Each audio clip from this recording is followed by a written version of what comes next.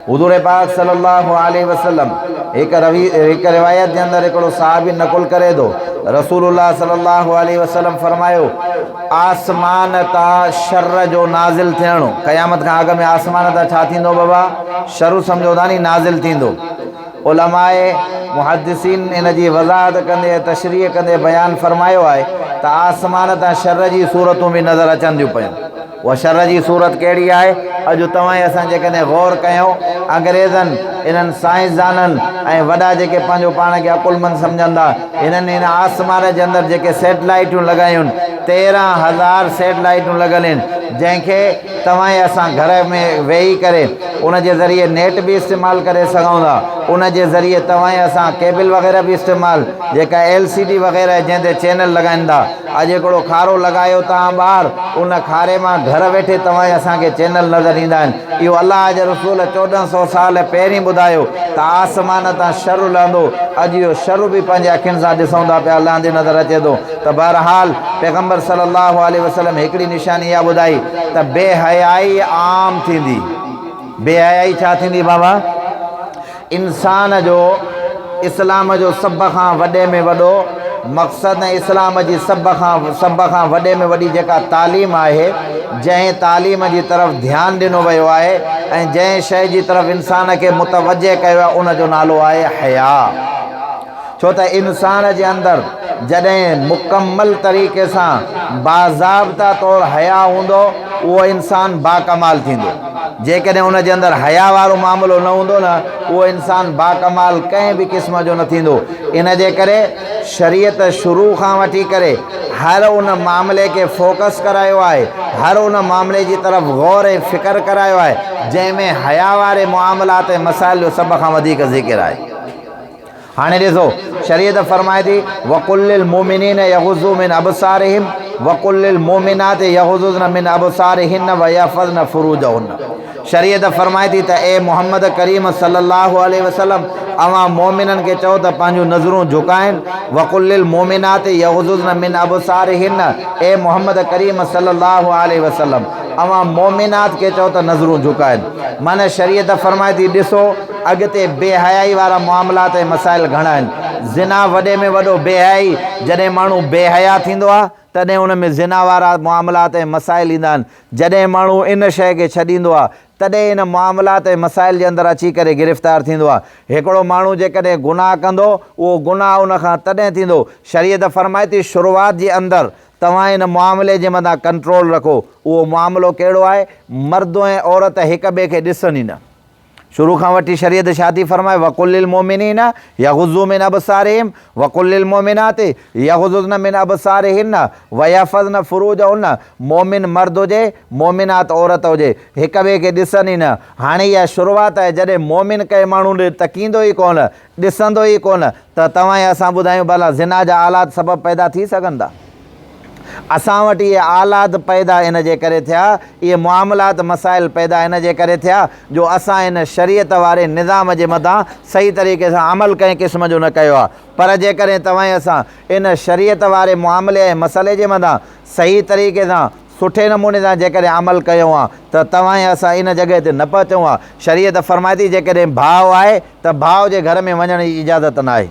ॾिसो न, शरीयत छा थी फरमाए? जेकॾहिं भाउ आहे त भाउ जे घर में वञण जी इजाज़त न आहे। तव्हां असां इन शइ जो ख़्यालु नथा कयूं, पोइ उन मां असांजा नुक़सान केतिरा थियनि था, अलाह ताला माफ़ फरमाए। हिकु त असांजा इलाइक़ा अहिड़ा जंहिंमें कारांए जा मसइला आहिनि। साईं, मां घर जे अंदरि वियुमि, मुंहिंजी घरवारी अकेली हुई, मुंहिंजो भाउ अॻिते वधे पियो। भई पेशाब जे लाइ वियो हूंदो, मोटी ईंदो त ज़ाहिर आहे अॻिते वधंदो। पर जेकॾहिं शुरूआत में इन शइ जे मथां ब्रेक लॻल हुजे, शुरूआत में जेकॾहिं पर्दे वारो निज़ाम आहे, इन ॻाल्हि में मां अरबनि खे सलाम कंदो आहियां। जेकॾहिं 4 घरवारियूं आहिनि, चइनी जा घर जुदा हूंदा, भाइर हूंदा, उन्हनि जा घर जुदा हूंदा, भाउ खे भाउ जे घर जे अंदरि वञण जी इजाज़त कंहिं बि क़िस्म जी न आहे।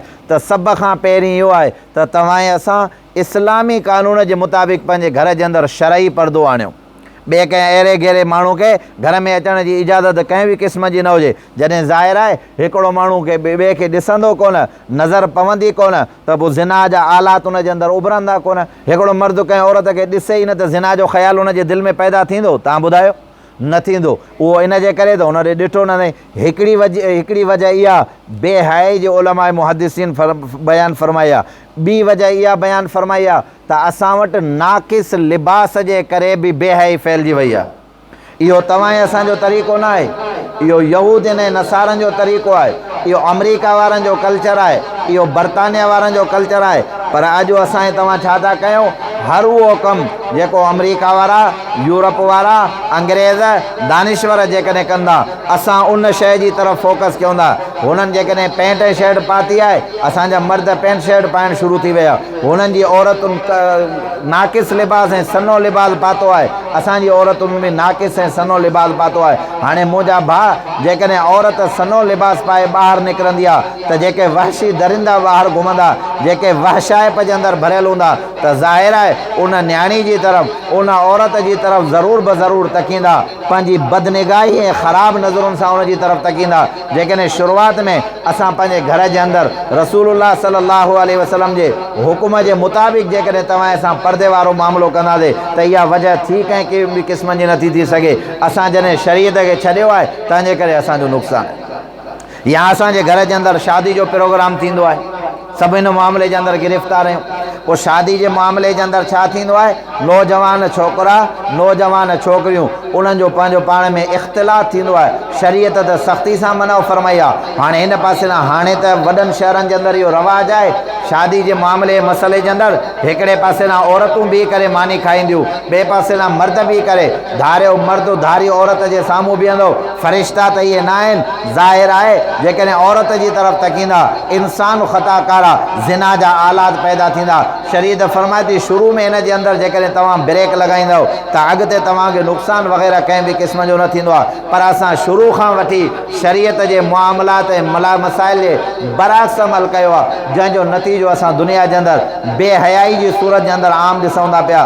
तॾहिं रसूलुल्लाह सल्लल्लाहु अलैहि वसल्लम फरमायो, सभ खां पहिरीं अवां पंहिंजी नियाणियुनि खे, पंहिंजे मर्दनि ऐं नियाणियुनि खे हुकुम कयो त पर्दे जो ख़ासि ख़्यालु।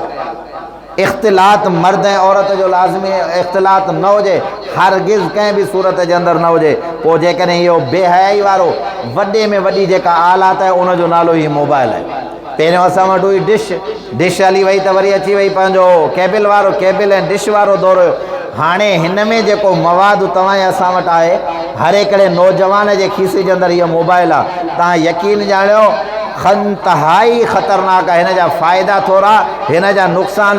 तव्हां बटण लॻायो, पहिरीं माण्हू छा थींदो ॾिसो, तव्हां ऐं असां जंहिं मुआशिरे जे अंदरि रहूं था, को माण्हू अहिड़ी जॻह ते हलियो वेंदो कंहिं महफ़िल ऐं मजलिस में जिते राग ऐं गाना हूंदा, त तव्हांजा ऐं असांजा वॾा चवंदा, हया नथो अचेव, बेहया थिया आहियो, राग ऐं गाननि जी महफ़िल ऐं मजलिसुनि जे अंदरि वञो था। अॼु असांजे शादी ऐं प्रोग्रामनि जे अंदरि राग ऐं गाननि जी महफ़िल ऐं मजलिस आहे। मायूं घुराए करे राग करायूं था, अची ॾाढ़ियुनि सां बुज़ुर्ग वेठा ॿुधंदा, नौजवान वेही करे ॿुधंदा, त पोइ ज़ाहिर आहे उनजो नुक़सानु थींदो। पर उनजो नुक़सानु इन हद ताईं थींदो जो तव्हां ऐं असां हिन शइ जो तसवुर बि नथा करे सघूं। हिकिड़े मदरसे जे अंदरि दारुल इफ्ता में हिकिड़ी घरवारी फ़ोन कयो, मौलवी साहब खां मसइलो पुछा कई। मसइलो छा पुछा कई?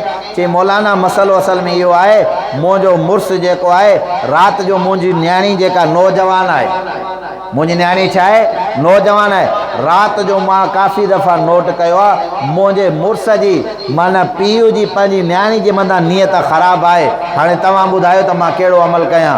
इहा वजह इहा आहे, ही जेके आला तव्हां असां ॾिसूं था पिया, जंहिंमें ज़िना आम हुजण जो मसइलो आहे, जंहिंमें गुनाह आम हुजण जो मसइलो आहे, जॾहिं तव्हां असां मां हया निकिरी ईंदो, पोइ त इंसान जी मर्ज़ी आहे, जीअं वणेसि तीअं करे हुनखे चवण वारो कोई बि न। अञा हिकिड़ी ॿियो मौलवी साहब ॿुधाए पियो त हिकिड़े माण्हू फ़ोन कई, चई राति जो वेठा हुयासीं, मुंहिंजी न्याणी वेठा क़ुर ते बावज़ू वेही करे ॻाल्हि कयां थो पियो, मुंहिंजी न्याणी बि वेठी हुई, मां बि वेठो हुयुमि, उहो फिल्म जो को सीन वग़ैरह अहिड़ो हलायो जंहिंमें बेहयाई जा आलात हुया। पोइ हुन छा कयो, मां जॾहिं हुनखे ॾिठुमि, मुंहिंजी घरवारी कंहिं बि क़िस्म जी न हुई, मुंहिंजे मथां शहवत ग़ालिब थी वई, पीउ पंहिंजी न्याणी सां ज़िना करे चुको आहे, हाणे मां छा कयां? मुंहिंजा आदा, जॾहिं हीअ शइ तव्हां ऐं असां जॾहिं पंहिंजे मर्दनि खे ॾिनी आहे, हिन में तक़रीबन जेको मवाद आहे, तक़रीबन जेके शयूं आहिनि, उहे उघाड़ियूं मर्द, उघाड़ा औरत, हया जे ख़िलाफ़ जेके शयूं आहिनि तुंहिंजो नौजवान असांजो पुटु आहे कमरे जे अंदरि अकेलो सुतल आहे फ़रिश्तो त कंहिं बि क़िस्म जो न आहे जंहिं पंहिंजे नौजवान नसुल खे हीअ मोबाइल ॾिनी आहे उन पंहिंजे नौजवान नसुल जे उन छोकिरे जो कमु ख़राबु करे छॾियो आहे। हाणे न मर्द त पंहिंजी जाइ ते हाणे असांजी औरतुनि वटि टच स्क्रीन जा मोबाइल आहिनि। अल्लाह जो कसम आहे यकीन कयो इहो मां मजबूर थी करे ॿुधायां थो पियो त अल्लाह जे रसूल 1400 साल पहिरीं ॿुधायो त बेहयाई आम थींदी। तव्हां ॿुधायो बेहयाई आम आहे या न आहे?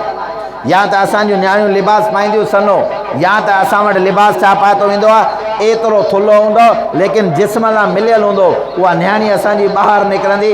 हाय मुस्लमान जो अफ़सोस आहे तुंहिंजी गैरत जे मथां रब्बे मोहम्मद जो कसम आहे जॾहिं मुस्लमान जी नियाणी निकिरंदी हुई जॾहिं मुस्लमान जी अमड़ निकिरंदी हुई गैरत वारा ॾिसी करे चवंदा हुआ ओ सती कोह ते बीह करे चवंदा हुआ इहा मुस्लमाननि जी नियाणी आहे। जेकॾहिं तोखे हया सिखणो आहे सहाबा इकराम खां सिख सहाबियात खां सिख। रसूलुल्लाह सल्लल्लाहु अलैहि वसल्लम हज़रत इब्राहीम जी घरवारी आहे। हज़रत इब्राहीम पंहिंजे पुट खे अल्लाह जो हुकुम ॾिनो ओ इब्राहीम जी मुंहिंजा रब पंहिंजे पुट ऐं घरवारी खे छॾे विया। हज़रत इब्राहीम पंहिंजी घरवारी ऐं पुट खे छॾे आयो आहे। खाधो जॾहिं ख़तमु थियो आहे हज़रत हाजरा सफ़ा ऐं मरवान जे दरमियान में जेका भॻी आहे उन भॼण जे दौरान हज़रत हाजरा जे मथे तां रओ लही वियो आहे। ॾिसण वारो सवाइ ख़ुदा जे कोई बि न आहे। हज़रत हाजरा खे पंहिंजे पुट जी उहा कैफ़ियत विसरी वई चए थी मुंहिंजा रब इहो हिकिड़े सेकंड जे लाइ जेको मुंहिंजो रओ मुंहिंजे मथे तां लथो आहे न मुंहिंजा अलाह मूंखे माफ़ु कजांइ छो त मां ॼाणी वाणी न कयो आहे। इहा पुट जी मुहबत जे अंदरि इहो मामिलो थियो। असांजो त मामिलो इहो हुयो। असां मुस्लमान त पर्दे जे अंदरि ख़ासि हुयासीं। अॼु हया असां मुस्लमाननि मां निकिरी। अॼु तुंहिंजे घर जे अंदरि शादी हले थी पई। अॼु तुंहिंजे असांजे घर जे अंदरि शादी हले थी पई। तूं जीअं असांजूं नियाणियूं नौजवान ॿाहिरियां माण्हू घुराए करे उहे नचनि थियूं पियूं तूं ऐं असां ॾंद कढी करे उते शिकंदा हुआ। इन जे करे पैगम्बर हिकिड़े साहबी रिवायत कई आहे अहिड़ो वक़्तु अची वेंदो अहिड़ो टाइम अची वेंदो जो मर्द औरत सां सरेआम वञी करे ज़िना करे ईंदो ॿाहिरि निकिरी करे सरेआम अची करे ॿुधाईंदो। उहा औरत पंहिंजा ॾंद कढी करे ॿुधाईंदी उनजा दोस्त वेठा हूंदा। छा इहो आम न आहे?